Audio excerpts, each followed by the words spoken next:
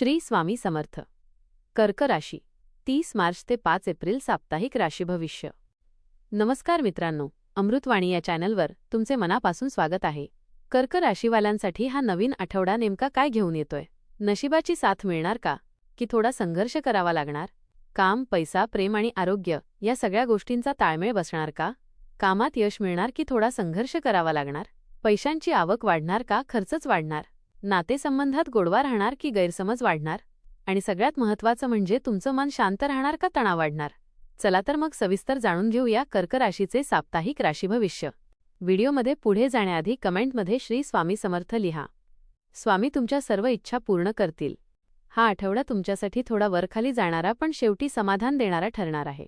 सुरुवातीला काही गोष्टी मनासारख्या घडत नाहीत असं वाटेल. थोडी चिडचिड होईल, पण हळूहळू परिस्थिती तुमच्या बाजूने फिरायला लागेल. तुमच्या मनात खूप विचार सुरू असतील. जुन्या गोष्टी आठवतील, काही निर्णय घेण्याचा विचार कराल. पण एक लक्षात ठेवा, घाई करू नका. शांतपणे विचार करून घेतलेले निर्णयच पुढे फायदेशीर ठरणार आहेत. कुटुंबाचा सपोर्ट या आठवड्यात तुमच्यासाठी खूप मोठा आधार ठरणार आहे.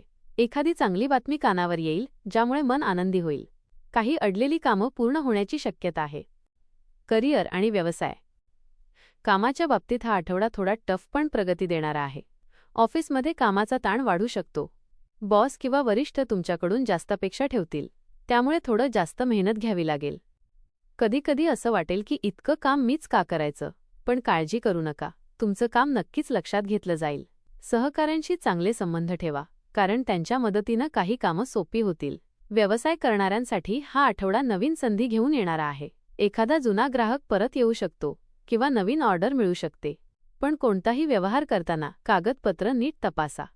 भागीदारीत थोडे गैरसमज होऊ शकतात, त्यामुळे स्पष्ट बोलणं खूप गरजेचं आहे. आठवड्याच्या शेवटी एखादी चांगली डील मिळून मन खुश होईल. आर्थिक स्थिती. पैशाच्या बाबतीत हा आठवडा सावध राहण्याचा सिग्नल देतोय. अचानक खर्च वाढू शकतो. घरातील गरज, दुरुस्ती किंवा एखादा छोटा कार्यक्रम यामुळे पैसे जास्त खर्च होतील. तुम्ही जरी पैसे कमवत असलात तरी ते टिकवणं महत्त्वाचं आहे. त्यामुळे थोडं प्लॅनिंग करा. अनावश्यक खर्च टाळा. जुने अडकलेले पैसे परत मिळण्याची शक्यता आहे. एखाद्या मित्राकडून किंवा ओळखीच्या व्यक्तीकडून पैसे मिळू शकतात. गुंतवणूक करायची असेल तर लगेच निर्णय घेऊ नका. थोडा विचार करा, सल्ला घ्या. आठवड्याच्या शेवटी आर्थिक परिस्थिती थोडी स्थिर होईल. प्रेम जीवन आणि वैवाहिक संबंध. प्रेमाच्या बाबतीत हा आठवडा भावनिक रोलर कोस्टरसारखा असू शकतो. कधी खूप आनंद मिळेल तर कधी थोडा गैरसमज होईल. जोडीदाराशी मोकळेपणाने बोला. मनात काही ठेवू नका. छोट्या छोट्या गोष्टी मोठ्या होऊ शकतात, त्यामुळे वेळेत चर्चा करा. विवाहित लोकांसाठी हा काळ थोडा संवेदनशील आहे. घरातील जबाबदाऱ्या, पैशाचे विषय यावरून चर्चा होऊ शकते. पण शांतपणे घेतले तर सगळं सुरळीत होईल.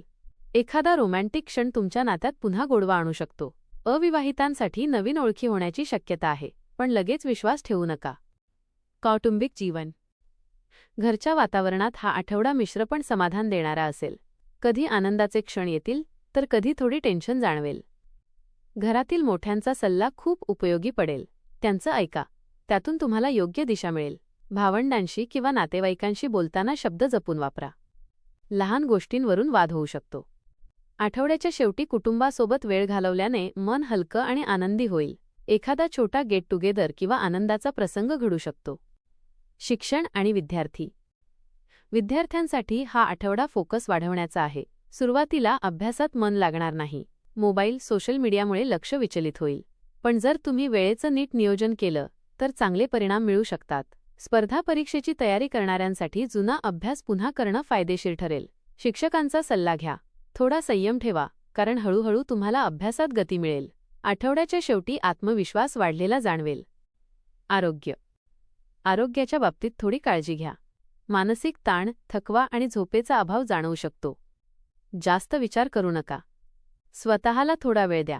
पचनाशी संबंधित त्रास होऊ शकतो, त्यामुळे हलकं आणि घरचं जेवण घ्या. योग, प्राणायाम, थोडा वॉक केल्याने खूप फरक पडेल. पाणी भरपूर प्या आणि थंड पदार्थ टाळा. उपाय. दर सोमवारी शिवलिंगावर पाणी अर्पण करा आणि ओम नमः शिवाय मंत्राचा जप करा. तसेच गरजू व्यक्तींना पांढऱ्या वस्तूंचे दान केल्यास सकारात्मक ऊर्जा वाढेल. आठवड्याचा सल्ला. या आठवड्यात एकच लक्षात ठेवा, घाई नको आणि ताण नको. शांत रहा, विचार करून निर्णय घ्या.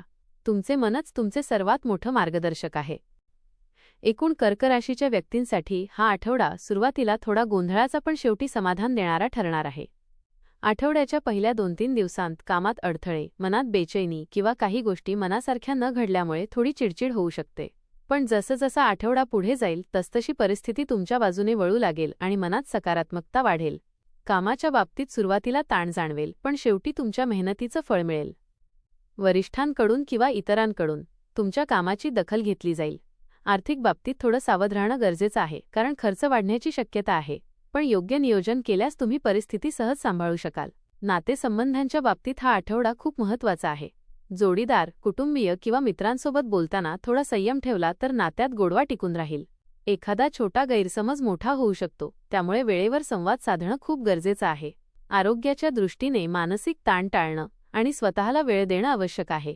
जास्त विचार न करता शांत राहण्याचा प्रयत्न करा.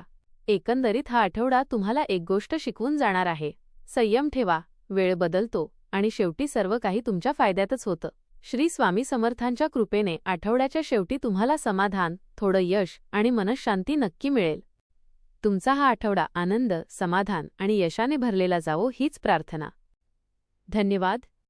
व्हिडिओ आवडल्यास लाईक करा. चॅनेलवर नवीन असाल तर चॅनेलला सबस्क्राईब करा.